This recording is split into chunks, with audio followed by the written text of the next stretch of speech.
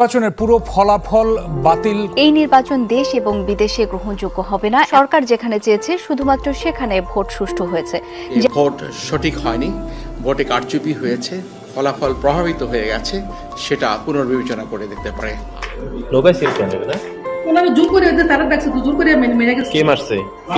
Vote কেন্দ্রে ঢুকে presiding অফিসারদের সামনে জোর করে নৌকায় সেল মারছে নৌকার সমর্থকরা।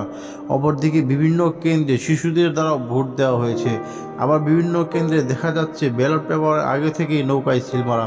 অর্থাৎ গতকাল 7 জানুয়ারি যে নির্বাচনটি হয়েছে সেটি একটি প্রহসনের নির্বাচনে প্রচুর পরিমাণে কারচুপি করা হয়েছে এবং নির্বাচনে ভোট কারচুপির বিভিন্ন ভিডিও সামাজিক যোগাযোগ মাধ্যমে ভাইরাল হয়েছে, যেটি ভিডিওর পরবর্তী অংশে দেখতে পারবেন। বর্তমানে যে নির্বাচনটি হয়েছে সেটি জাতিসংঘ এবং যুক্তরাষ্ট্রের কাছে কোনোভাবে গ্রহণযোগ্য নয়।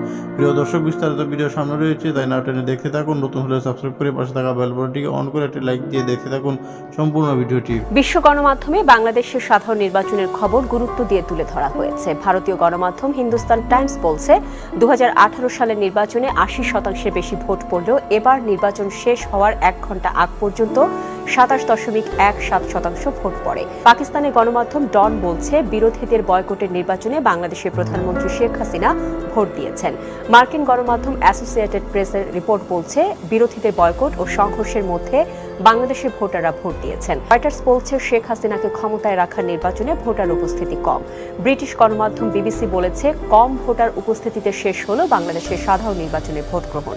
কাতার ভিত্তিক গণমাধ্যম আল জাজিরা বাংলাদেশের নির্বাচনকে অধিক গুরুত্ব দিয়ে লাইভ কভারেজ দিচ্ছে। তারা বলছে বিরোধী দলের বয়কটের নির্বাচনে ভোট গ্রহণ শেষ হয়েছে এবং একদলীয় শাসনের পথে বাংলাদেশ। আজকে আওয়ামী লীগের এই প্রহসনের যে ডামি নির্বাচন, এই প্রহসনের কুত্তামার্কা নির্বাচনকে বর্জন করবার জন্য ইতিমধ্যেই দেখেছেন সারা বাংলাদেশের জনগণ ভোটাররা এই ডামি নির্বাচনকে প্রত্যাখ্যান করেছে।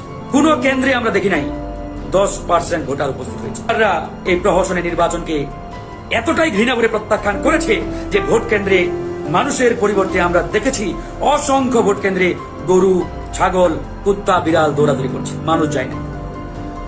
বিভিন্ন জায়গায় আওয়ামী লীগ দামি লাইন তৈরি করে জনগণকে দেখানোর জন্য, মিডিয়াকে দেখানোর জন্য তৈরি করেছে, কিন্তু বাস্তবিক অর্থে ভিতরে কেন্দ্রগুলোতে ভোটার শূন্য।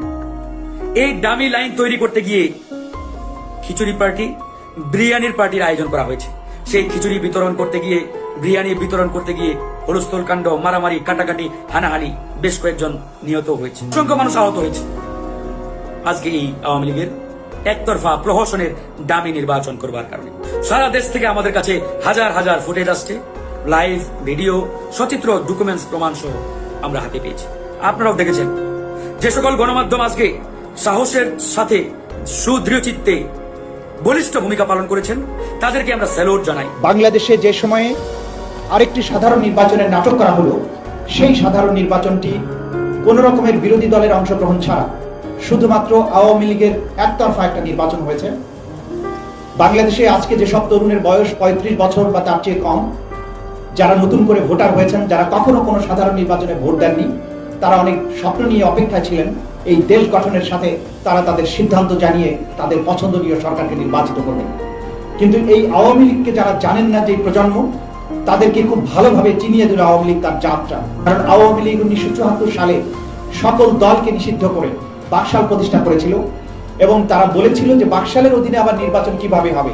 তারা বলেছিল যে প্রত্যেকটা কনস্টিটিউয়েন্সিতে তারাই 3-4 জন করে প্রার্থী দাঁড় করাবে এবং তাদের মধ্য থেকে একজন নির্বাচিত হবে। তাদের সেই দুঃস্বপ্ন সেই সময় বাস্তবায়ন করতে তারা পারেনি, কিন্তু এত বছর পরে এসে 2024 সালে তারাই ঠিক করে দিল কে বিরোধী দলের প্রার্থী হবে, কে ডামি প্রার্থী হবে, কে তার দলের প্রার্থী হবে, এবং যে প্রার্থী নির্বাচিত হোক না কেন আওয়ামী লীগের একজন প্রার্থী বা আওয়ামী লীগ এখানে নির্বাচিত হবে।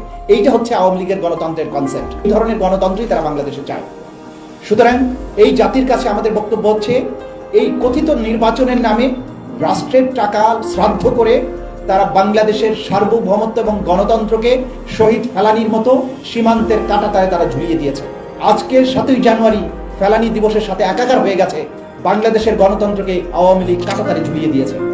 আমরা জাতির কাছে আহ্বান জানাতে চাই, এই নির্বাচনকে আপনারা বয়কট করেছেন। শুধু বয়কট নয়, আপনারা গণ কারফিউয়ের মতো প্রত্যেকটা মানুষ ঘরে অবস্থান করেছেন। দুপুরবেলায়, মধ্য দুপুরে মনে হয়েছে অন্ধকার নেমে এসেছে, একজন মানুষ রাস্তায় নামেনি, শুনশান নীরবতা ছিল ঢাকা শহরে। এই যে নীরবতা, যে কঠিন একটা ভাষা প্রতিবাদের, সেটি এই জাতি দেখিয়ে দিয়েছে।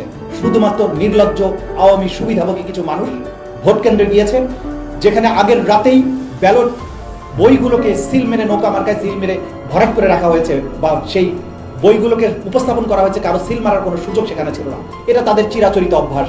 2014 সালে তারা করেছে, 2018-তে করেছে, 2024-এ তারা করলো। এই রাষ্ট্রের আমরা সবসময় যেটা বলি, একটা রাষ্ট্রের ভিত্তি হচ্ছে গণতন্ত্র। আমাদের মহান মুক্তিযুদ্ধের মাধ্যমে অর্জিত যে বাংলাদেশ, সেই বাংলাদেশ একটা সংবিধান যে রচিত হয়েছিল, সেই সংবিধানের basic structure, basic feature of the constitution হচ্ছে এটা একটা গণতান্ত্রিক রিপাবলিক হবে। এই গণতান্ত্রিক রিপাবলিকের যে ধারণা, সেটিকে সম্পূর্ণভাবে ভেঙে দিয়েছে এই আওয়ামী লীগ।